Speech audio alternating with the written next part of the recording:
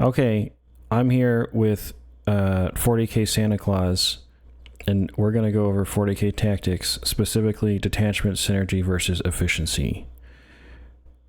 So this is a thing that I've had several conversations on over the last week. This is not something that's new. It's always been true, and there's a lot of historical evidence for that in 10th edition. But because it's come up several times in several different factions even, it's a thing that I kind of wanted to touch on.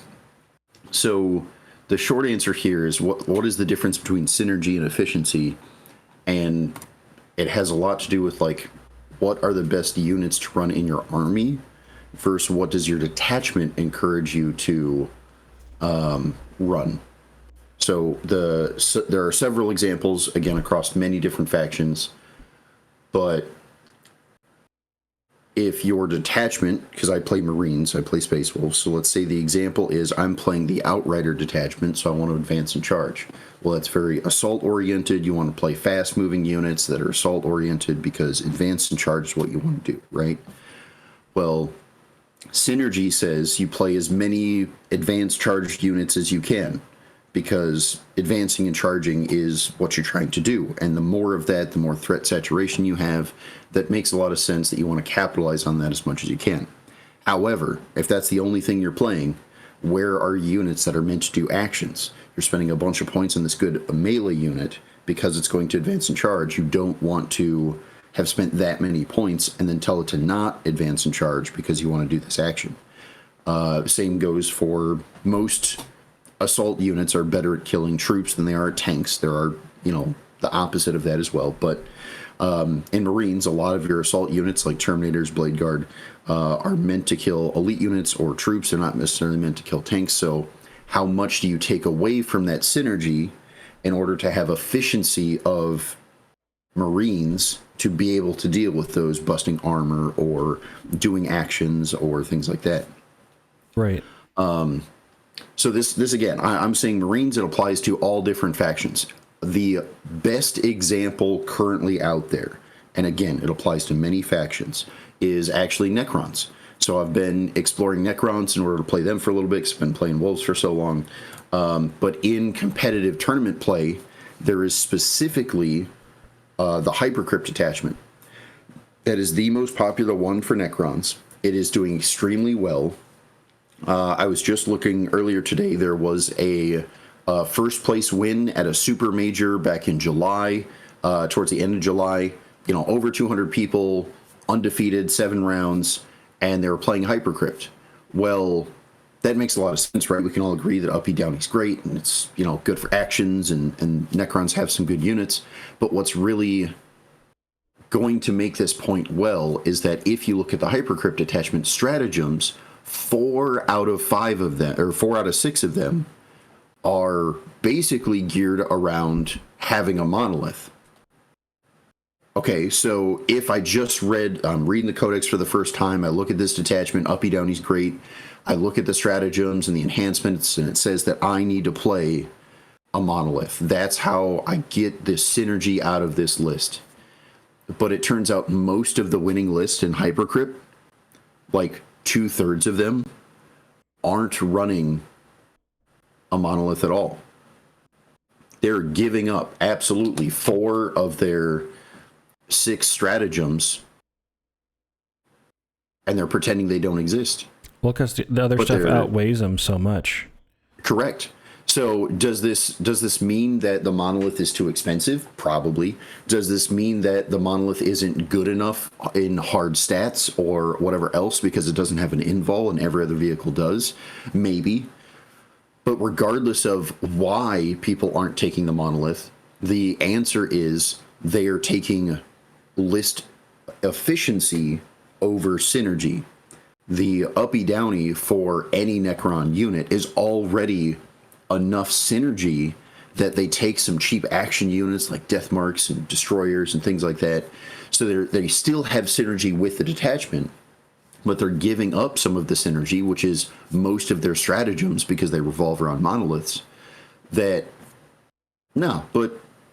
I'd rather be more efficient. I can deal with more lists by taking efficient Necron units and utilizing the Uppy Downey without spending all these command points on stratagems.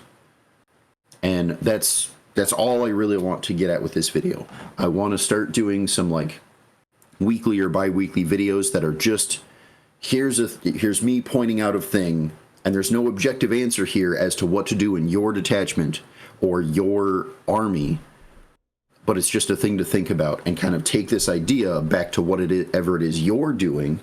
So let's say, I mean, I talked with Sky about this specific thing earlier in the week, and you know, in his trying to find what list he's going to play with orcs, he went all synergy all the time, right? That's exploring an extreme, which is necessary in the list building process.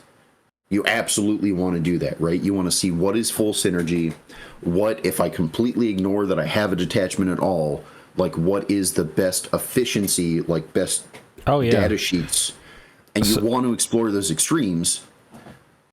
But as much as you find those extremes during the list building process, the goal is to take those extremes and bring them back to a balanced, efficient place so that you have good synergy and you're justifying the detachment you're taking and gaining the benefits that you can out of that while not losing what it is your codex or index or, you know, data sheets are telling you is I'm trying to help you. You want to take this. Well, yeah. So like, just to go over them like quickly. So obviously I play orcs, but like looking at the detachments, cultist speed. Okay, so just for efficiency of what the rules say they can do, you want to bring a bunch of units that have the ability to shoot, because the whole thing is just advance and fall back and shoot, right? Yep. And that used to be really good because that meant, oh, we can like go all over the place and do actions. Now that's not true. So while the units you would bring to be like hyper efficient for the detachment's sake, they're less good at scoring points. Correct. So now you have to reduce your synergy to gain some efficiency of actions, even though it may be, you know, net less good as far as your output and as far as like the justification of even taking that detachment. Right. And what's funny is that they changed more based on Pariah Nexus changing, or the Change 2 Pariah Nexus tournament pack or whatever. Yep. Rather than the orcs getting a change themselves. Also, like, I think Warhorde is still the best one. No question. You just have the best toolbox for all the missions, whatever. The thing that's arguable, but that's totally fair. It's totally based arguable. On what you're trying to do. But like, I was doing the same thing with the other detachments, and it's kind of like, just like looking to see, not necessarily that you're going to take it, but just see what's available there when you put the whole list together. Mm-hmm. The, God, what's the boys one? Green Tide? Yes, Green Tide makes sense what you're trying to do. They kind of nerfed it because you're not rerolling saves now. Now it's a 6-up invul or whatever. But the thing is it's based on having 10 or more boys. It's better to put a bunch of war bosses in boys units at max size and give all those squads 2 WAs through the Bully Boys detachment, in my opinion. Like, you're just going to get more out of it. Absolutely. Because a WA turn is a 5-up invul, and if you have survived 2 whole battle rounds with a 5-up invul, that's already way more efficient than having a 6-up invul detachment wide. It doesn't. And that's still only for boys units. So it's like, it puts you in a weird place where the rules say one thing, but what functionally makes the most sense to score points and have OC on objectives and be able to flip objectives and etc. Correct. And again, there are always in every codex and every index, I should say too, there are always these exceptions where the detachment says one thing, but if you utilize it in a weird way, it becomes almost more efficient. We had a discussion the other day about potentially taking a bunch of, basically doing a Beast Snagga list, but doing it not in the Beast Snagga detachment. Was like, it had trade-offs, right? So like, you lost some stuff for sure, but the fact that they're already really good against vehicles and monsters, maybe that's enough. I don't need the Beast Snagga detachment.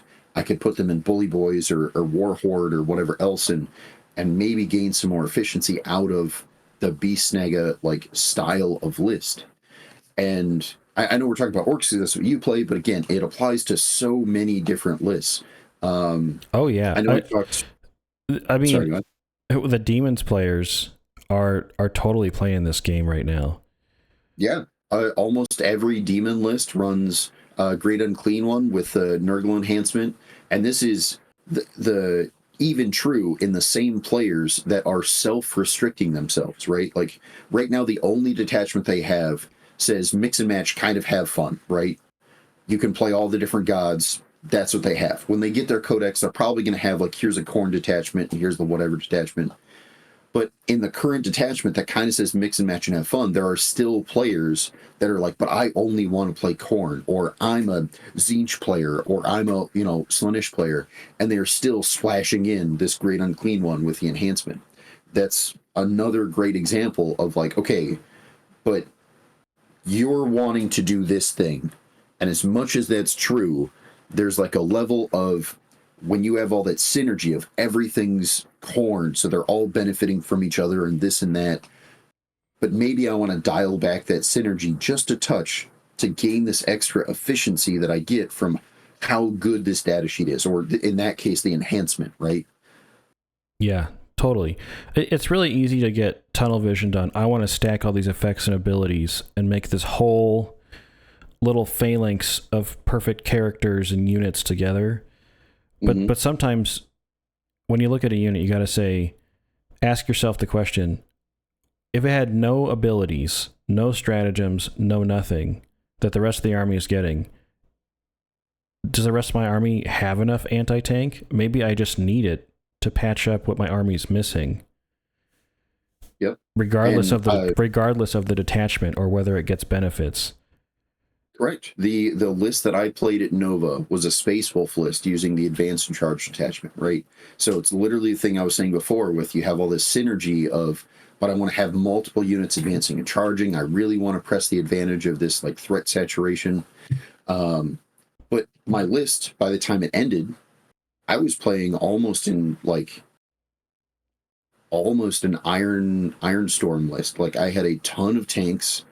And while I still had these units advancing and charging, I had basically 2 really scary advance and charge units, and then some like piddly stuff for actions, and then a bunch of tanks that kind of sat back.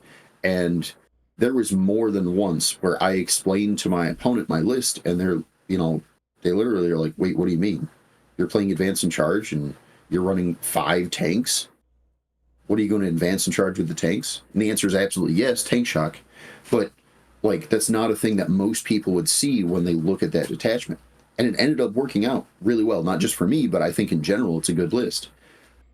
Again, this applies to almost every faction in, most detachments. There are ways that if you really kind of prevent yourself from the tunnel of this detachment says play this, I have to play more of this, you can find a balance or equilibrium that is somewhere kind of away from that synergy while still using it, and end up in a much better position when playing the game. Yeah. Anyway, it's food for thought for everyone. Like we mentioned, we're going to do more of these little tactics videos probably.